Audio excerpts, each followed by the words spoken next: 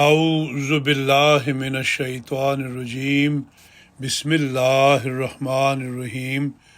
دعائے مستجاب، شکر نعمت اور صالحیت کی دعا۔ روزنامہ الفضل انٹرنیشنل، ہفتہ 7 اکتوبر 2023۔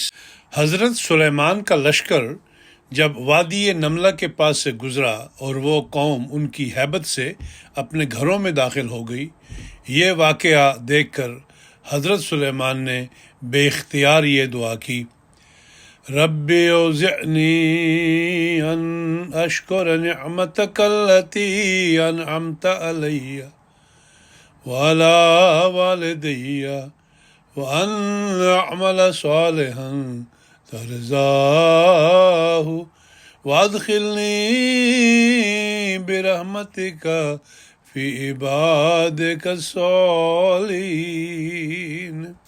سورہ نمل آیت نمبر 20۔ ترجمہ: اے میرے رب، مجھے توفیق بخش کہ میں تیری نعمت کا شکر ادا کروں جو تو نے مجھ پر کی اور میرے ماں باپ پر کی، اور ایسے نیک اعمال بجا لاؤں جو تجھے پسند ہوں، اور تو مجھے اپنی رحمت سے اپنے نیکوکار بندوں میں داخل کر۔